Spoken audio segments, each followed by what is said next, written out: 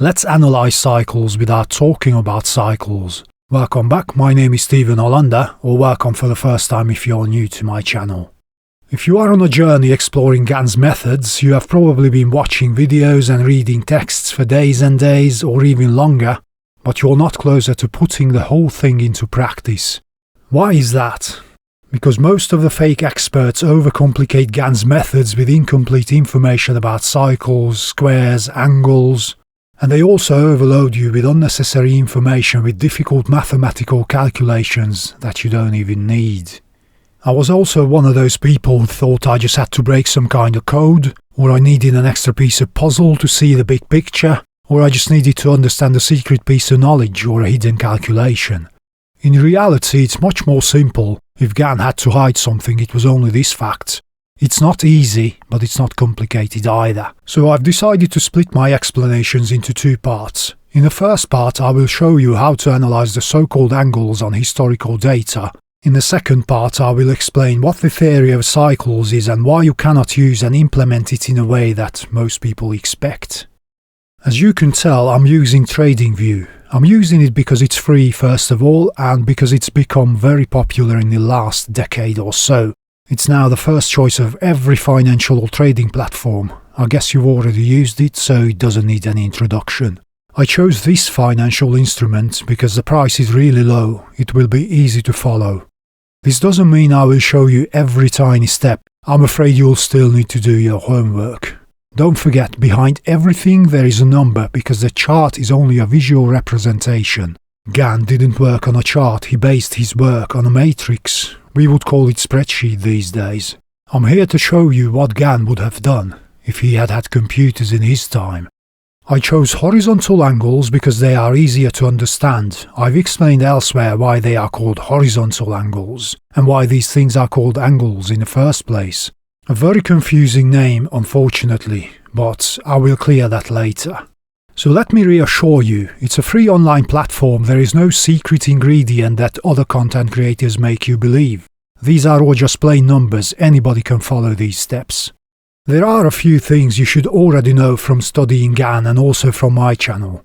I will go deeper into this in the second part. Now here's just a quick explanation of the very basics.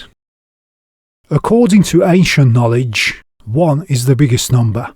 By dividing it, you'll get the rest of the numbers. When we represent 1 as a whole circle, it looks like this. A circle is the same as a cycle, and cycles on a chart are represented by squares. Just keep all this in mind. I won't go into this in details. Main Street Capital Corporation. Before we start the analysis, here is some due diligence. So this is TradingView, as you can tell, and all of this company's historical data.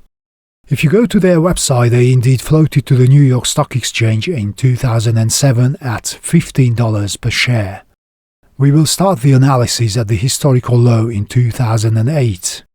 At the time of my recording in 2024, this is also the all-time low, so this is perfect for analysis. As the price is low enough, it's very easy to do your calculations. I won't do that in this video, it's your homework if you really want to follow.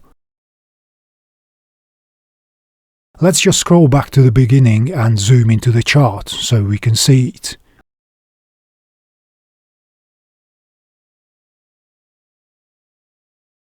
Then let's start working from the low.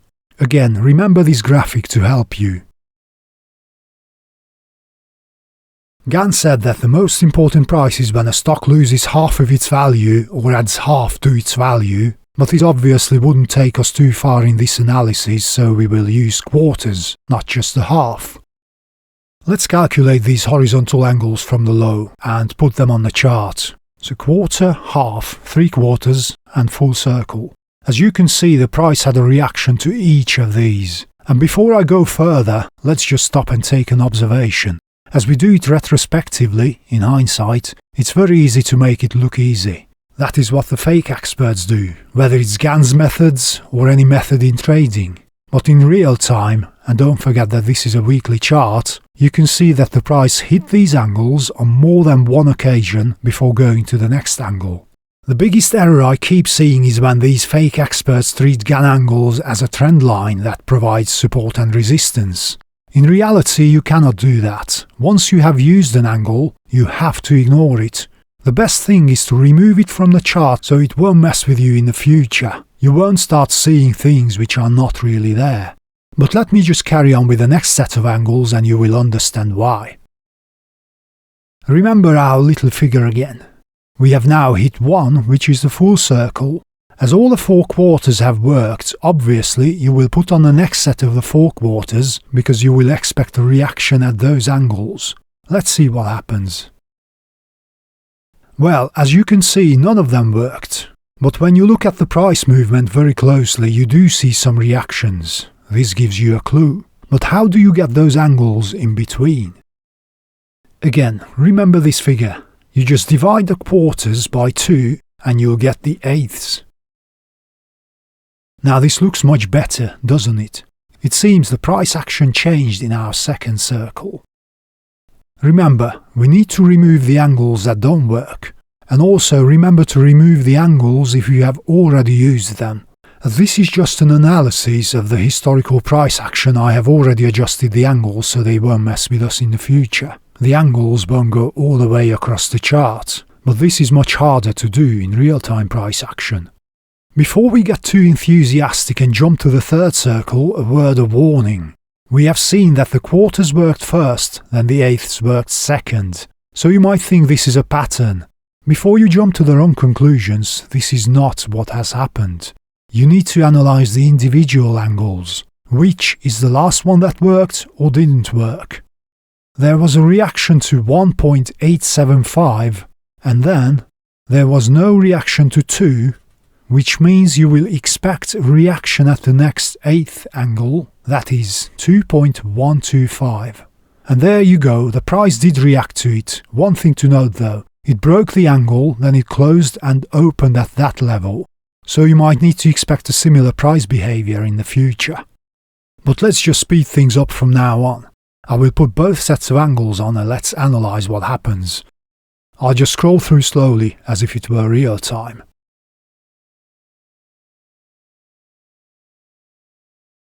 Not very impressive, is it? What is the problem? The price is too low. Each subsequent angle is too close to the one before.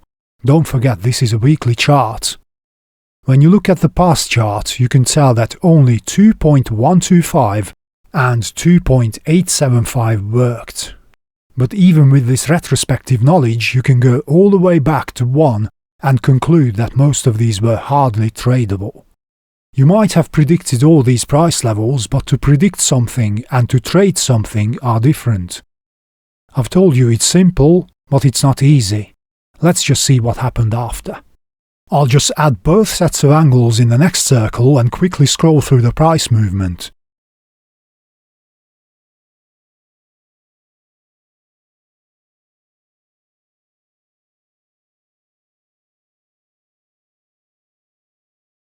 What is the lesson here?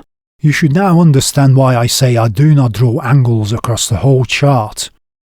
Because anybody can just draw trend lines all across, and they can also draw support and resistance levels and trade them. That is not what you need to do. Once the price has hit your angle, you use it as a decision point and that's all. You'll take it off the chart so it won't confuse you anymore. Unless you want to be the same average fool who will jump in and out of the market on false hopes. We've all been there. What is the other lesson to learn here? This. The time span across the signals. In this instance, almost 3 years passed between the two opportunities. Let me just stop here before I fast forward the chart to where it is today, because this is something that needs to be addressed separately and specifically. I actually wanted to make a few videos about it just to expose the fake experts, because I need to make you understand where and how to use these methods correctly. In most cases you'll see incorrect applications, angles from randomly selected highs or lows, and my favorite, showing you techniques on an intraday chart. So far I have only seen one gentleman who showed some intraday techniques, and they were convincing enough. But the problem is still there. To convince me about an intraday technique, you will still need to show decades of proof. Anybody can make up a day trading strategy that will work on a specific day only and will never work again. Here I'm showing you almost 20 years, from 2007 till 2024, to make you understand the advantages and disadvantages of this type of analysis. Let's get back to the chart and finish what we are doing here. So, based on your experience with this instrument so far, you will probably watch both sets of angles by the time the price completes this circle. Let's put on the next angles then and see what happens. For those who are watching this video in the future, that massive fall happened in 2020 when the whole world's economy collapsed. It took this chart almost 2 years to climb back and hit the next angle, and then again nearly 3 years to arrive at the next angle. Let me just show you.